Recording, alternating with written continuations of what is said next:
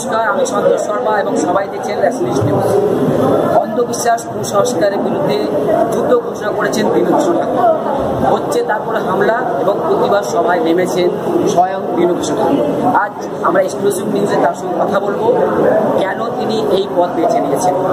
তো নমস্কার বাবু, আপনি এই যুগে, এই ডিজিটাল এআই যুগে ধর্মের বিরুদ্ধে যে যুদ্ধ ঘোষণা করেছেন, এই যুদ্ধটা কতদিন চলবে?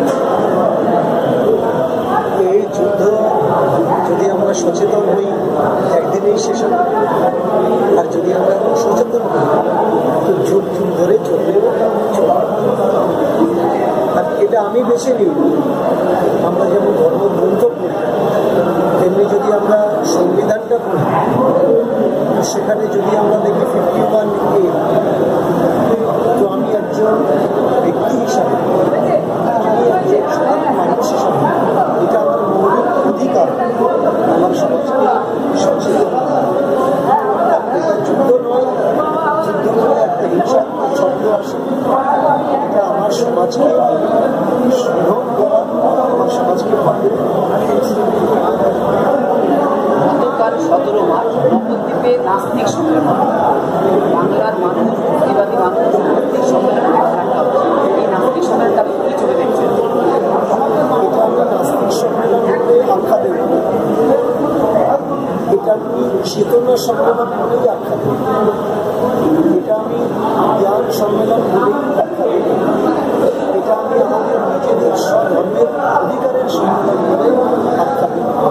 এমন সম্মেলন প্রতিটি জায়গায় হওয়ার দরকার, যার মাধ্যমে তারা চিনতে পারে যে তাদের ধর্ম, তাদের অধিকার, আর তাদেরকে কোথাও থেকে কোন জায়গা থেকে বঞ্চিত রাখা হয়েছে।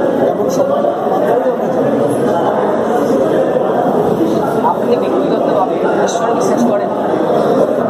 আমি তো মনে করি ঈশ্বর মানে আমার কাছে সেই যে আমাদের বিপদের দিন পাশে থাকে, যাকে চোখ বন্ধ করেও ভাবা যায়, আবার তাকিয়েও দেখা যায়। তিনি ঈশ্বর, যিনি আমার দুঃখে, আমার দুর্দশায়, আমার কষ্টে, আমার ব্যথায়, সুখের দিন আমি তাকে দেখছি। আমি জীবন্ত ঈশ্বরকে বিশ্বাস করি।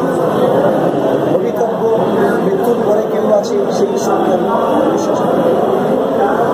ঈশ্বরের নাম করে, ধর্মের নাম করে ব্রাহ্মণবাদীরা, রুশিরা যে ব্যবসা করে রেখেছেন, তার বিরুদ্ধে সত্যি বলতে গেলে আপনি যুদ্ধ করেছেন। এটা যুদ্ধই বলে। আপনার পরে মামলা হয়েছে, জয়নগর এলাকায় মামলা হয়েছে, পুলিশে দিয়েছে, কলকাতা হাইকোর্টে মামলা করেছে। তো আপনার আশা আছে কি হাইকোর্ট মতো জাজমেন্ট দেবে, আপনার পক্ষে দাঁড়াতে হবে? বাবা সাহেব, তার জন্যই আমরা আজকে বুঝতে পেরেছি, আমরা অধিকার পেয়েছি, আমরা দাঁড়াতে পেরেছি, আমরা মাথা উঁচু করতে পেরেছি, আমরা এগিয়ে চলতে পারছি। তো তিনি আমাদের হাতে অস্ত্র তুলে দিয়ে যান, তিনি দিয়ে গেছেন সংবিধান আর শিক্ষা, খাতা বই কলম। তো আমাদের হাইকোর্টের উপরে পূর্ণ মাত্রায় বিশ্বাস আছে, আর সেই বিশ্বাসের জন্যই আমরা হাইকোর্ট পর্যন্ত পৌঁছেছি। হাইকোর্ট আমাদের অন্যায় যতটুকু আমাদের উপরে হয়েছে আমরা সঠিক বিচার করবে এবং আমরা বিচার পাবো, এই বিশ্বাস থাকবে। সংবিধান প্রসঙ্গ যখন এলো, সংবিধানে একদিকে বাক স্বাধীনতা দেওয়ার কথা আছে, অন্যদিকে যদি আপনি কোনো ধর্মের মন্তব্য করেন, বাক স্বাধীনতা বিরুদ্ধে সংবিধান করাও এই সংবিধানে আছে। এটাকে প্রতিরোধ করা যাবে না, মানুষকে বোঝাতে হবে। মানুষকে বোঝাতে হবে যে আমাদের কথা বলার সকলার অধিকার আছে, আর যারা বাধা দিচ্ছে এরা কারা? এরা ভারতের কেউ নয়, এরা আমার সমাজের মানুষ। তাদেরকে বাধা দেওয়ার জন্যই ক্ষিপ্ত করে তোলা হচ্ছে।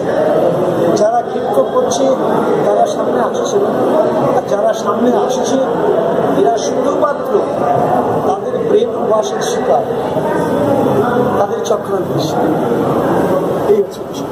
শেষ প্রশ্ন করবো, আপনার সাথে আরও অনেক প্রশ্ন থাকবে, পৌঁছে থাকবে।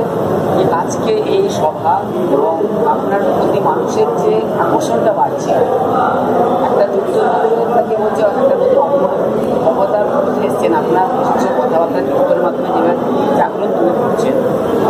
তো যারা যুক্তিবাদী, যারা বিজ্ঞান মানুষ, তারা আপনাদের কাছে যায়,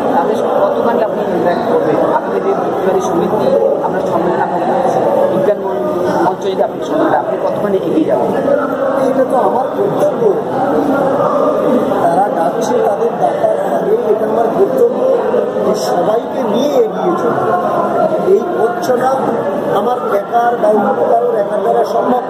আমাদের প্রত্যেকের কর্তব্য আমরা একসঙ্গে হাতে হাত মিলিয়ে এই রাস্তাটাকে অতিক্রম আর এই অন্ধকার রাস্তাকে আমরা আপনারা দেখছিলেন দীনকৃষ্ণ ঠাকুরের এক্সপ্রেস দেখতে থাকুন ন্যাশনাল সঙ্গে আমি সন্তোষ শর্মা। নমস্কার।